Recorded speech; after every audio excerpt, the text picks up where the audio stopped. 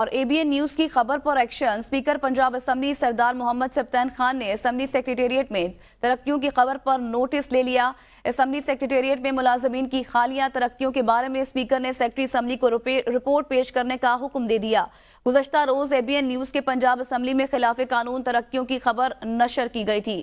इस खबर से मुतल्लिक आपको बता रहे हैं कि एबीएन न्यूज की खबर पर एक्शन हुआ। बेजाबदगी और मनपसंदी पर जिम्मेदारान के खिलाफ कार्रवाई करूंगा। इस मुतल्लिक मज़ीद तफसीलात हासिल करते हैं अपने नुमाइंदे मोहम्मद वसीम से। जी वसीम।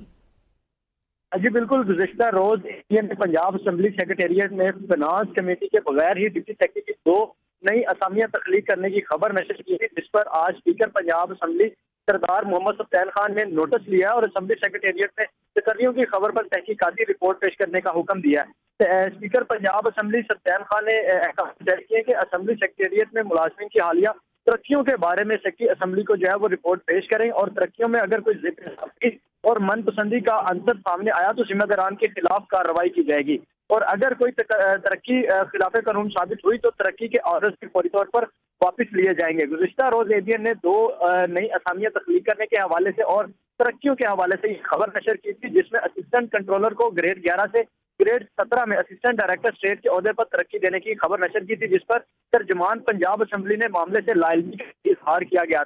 लेकिन आज सुबह के वक्त जो है वो स्पीकर पंजाब असेंबली ने इस मामले का नोटिस लेते हुए जो सेक्रेटरी असेंबली है उनको स्पीकर रिपोर्ट पेश करने का भी हुक्म जारी किया है। जिम्मेदारान के खिलाफ कार्रवाई की जाएगी। बहुत शुक्रिया वसीम।